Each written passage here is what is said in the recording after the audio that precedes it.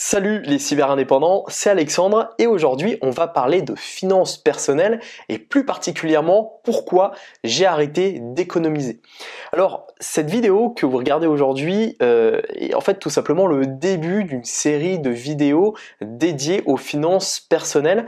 Pourquoi? Puisque tout d'abord c'est un sujet que j'adore et en plus de ça c'est un sujet qui je trouve est ultra important puisque malheureusement on n'a pas d'éducation financière à l'école, on nous apprend pas à gérer notre argent.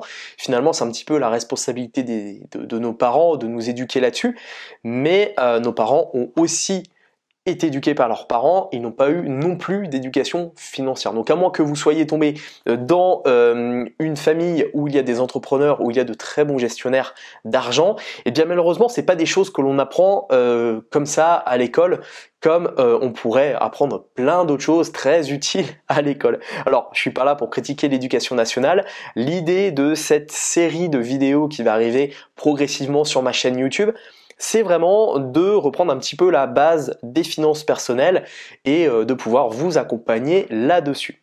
Et aujourd'hui, je voulais m'arrêter sur le point suivant, pourquoi j'ai arrêté d'économiser et pourquoi finalement je ne mets pas d'argent de côté, du moins je ne mets plus d'argent de côté. Alors pour faire simple, en fait, si aujourd'hui vous voulez épargner, tout d'abord il va falloir trouver un support pour épargner votre argent. Vous pouvez tout simplement retirer de l'espèce, le mettre dans un coffre-fort chez vous, vous avez cette possibilité-là, vous faites ce que vous voulez. Auquel cas, il va falloir mettre cet argent sur un support financier et là, voilà, ça va être dans votre banque traditionnelle ou banque en ligne, peu importe. Ça va être donc un livret A, un LDD, ça va être n'importe quel type de support pour justement déposer de l'argent, mais surtout il faut que ces supports soient flexibles, accessibles, dans le sens où si vous avez besoin de retirer de l'argent, vous pouvez retirer de l'argent facilement. Donc quand on parle d'épargne, quand on parle d'économie, c'est vraiment de l'argent que vous pouvez retirer facilement. On va pas parler d'argent que vous allez placer en fait pendant 10 ans.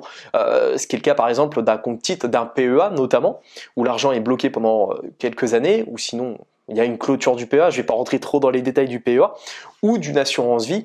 Voilà, ce sont pas, on va dire, des supports qui ont un usage dédié vraiment à l'épargne. Donc l'argent que vous allez placer, en fait, concrètement, elle va servir pour plusieurs choses. En général, quand on parle d'économie, ça sert pour 3 choses que je me suis noté. Tout simplement, ça va être des besoins urgents. C'est vrai que quand on économise de l'argent, en fait, c'est très souvent pour but de subvenir à un besoin urgent qui peut nous arriver. Donc des dépenses imprévues, ça peut être du médical, ça peut être de la réparation de voiture. Et là, dans ces cas-là, en fait, on va piocher dans nos économies. Le deuxième point aussi, pourquoi on économise, eh bien, ça peut être pour des objectifs à court terme. Donc par exemple, si vous avez besoin dans quelques semaines par exemple d'acheter un nouveau véhicule, d'acheter du matériel électroménager, pour des vacances, pour des dépenses diverses et variées. Donc voilà, c'est aussi pour ça qu'on épargne, hein. C'est très souvent pour se dire voilà, dans quelques temps j'aimerais bien m'acheter telle ou telle chose. Et puis le troisième point, eh bien ça peut être des priorités personnelles. Donc tout simplement en fait l'investissement dans une formation pour développer des compétences, dans je sais pas, par exemple pour financer telle ou telle chose, mais personnelle. Voilà, par exemple pour un projet aussi entrepreneurial, par exemple, ça peut être aussi un bon projet. Donc voilà. Pourquoi en général on économise et pourquoi il est quand même utile d'économiser. Donc là je vais répondre enfin à cette question, pourquoi j'ai arrêté d'économiser de l'argent et pourquoi vous aussi vous pourriez peut-être arrêter d'économiser. Et bien en fait ça renvoie directement, alors ça remonte, hein, j'avais fait une vidéo sur le sujet il y a un petit moment maintenant, à ce qu'on appelle le fonds de sécurité. Alors il y a plusieurs termes, ça peut être aussi le matelas de sécurité, ça peut être l'épargne de précaution.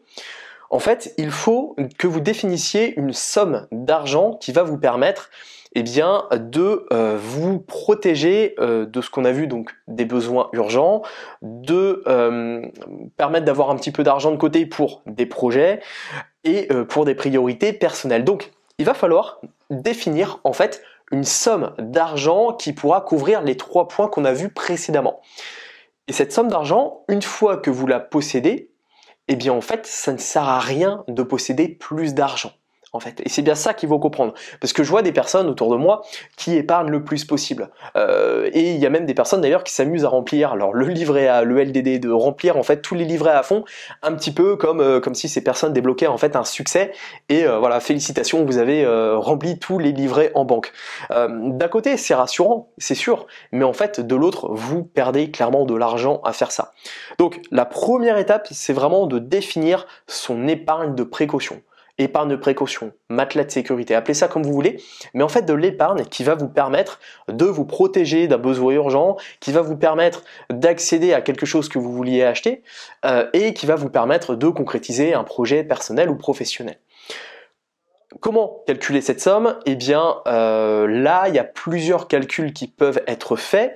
Ça va dépendre de votre situation, ça peut dépendre de votre patrimoine aussi, ça peut dépendre de pas mal de choses. Moi en général, ce que je conseille, c'est d'avoir 6 mois à peu près d'avance par rapport à notre salaire, par rapport à votre salaire. Autrement dit, si vous gagnez 2000 € par mois, eh bien essayez d'économiser 6 mois de salaire d'avance, ce qui correspond à, si mes calculs sont exacts, 12 000 €.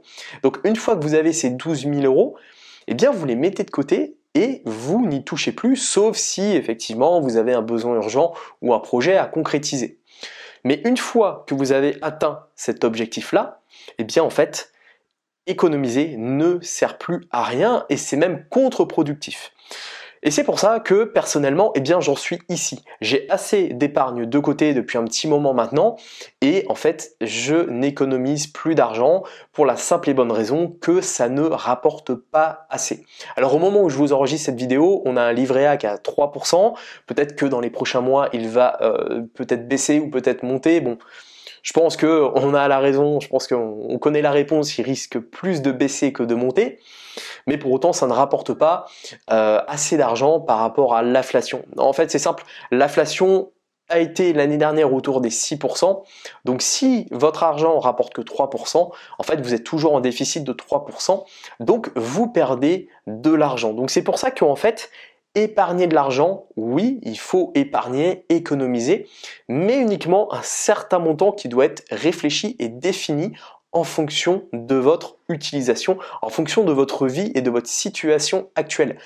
Quelqu'un qui va habiter à la campagne, qui va déjà être propriétaire, qui va pas avoir beaucoup de dépenses, aura besoin de moins d'argent d'épargne que quelqu'un qui va habiter en plein Paris et qui va avoir un train de vie assez élevé avec beaucoup de charges. Et évidemment, c'est propre à chacun en fait, hein. Je ne peux pas vous donner un montant fixe. Donc c'est pour ça que j'ai arrêté d'économiser. Et si vous aussi vous êtes dans ce cas de figure, que vous avez assez d'argent de côté, que vous avez fait vos calculs, que vous êtes bon là-dessus, eh bien il est beaucoup plus judicieux d'investir ce surplus d'argent plutôt que de continuer à remplir votre épargne et de continuer à économiser. Donc voilà la conclusion de cette vidéo. Donc faites un petit peu un point en fait de votre situation. Essayez de voir vraiment combien d'argent vous avez besoin pour être, on va dire, tranquille, serein, et ensuite investissez tout ce que vous pouvez en fait dans des actifs qui rapportent vraiment. Ça peut être la bourse, ça peut être la crypto-monnaie, même si c'est un peu plus risqué. Et tout ça, eh bien je vous renvoie sur d'autres vidéos que j'ai pu faire, même sur ma chaîne secondaire Cyberinvestissement, où vraiment je parle d'investissement. Donc je vous mettrai les liens de toute façon en description. Mais et bien en tout cas voilà un très bon conseil que j'aurais bien voulu connaître il y a quelques années, puisque voilà, si on m'avait demandé il y a une dizaine d'années quoi faire, comment utiliser l'argent, je me serais dit eh bien je vais remplir tous les livrets possibles, et une fois que j'aurai rempli tous les livrets possibles, eh bien ouais, j'aurais bien géré mon argent. Mais en fait non, ne faites pas ça, voilà, tout simplement. Eh bien écoutez, c'est tout pour cette vidéo. Si elle vous a plu, n'hésitez pas à mettre un pouce bleu pour aider au référencement. N'hésitez pas évidemment à vous abonner à la chaîne YouTube et activer la cloche des notifications si ce type de vidéo vous plaît. Si vous souhaitez aller plus loin avec moi, je vous mets un lien juste en dessous de cette vidéo dans la description. C'est une formation offerte qui va vous permettre de lancer votre activité sur Internet. Voilà, j'en dis pas plus, hein. Vous cliquez sur le lien, vous rentrez votre prénom, votre adresse mail et puis je vous envoie une formation qui est totalement offerte.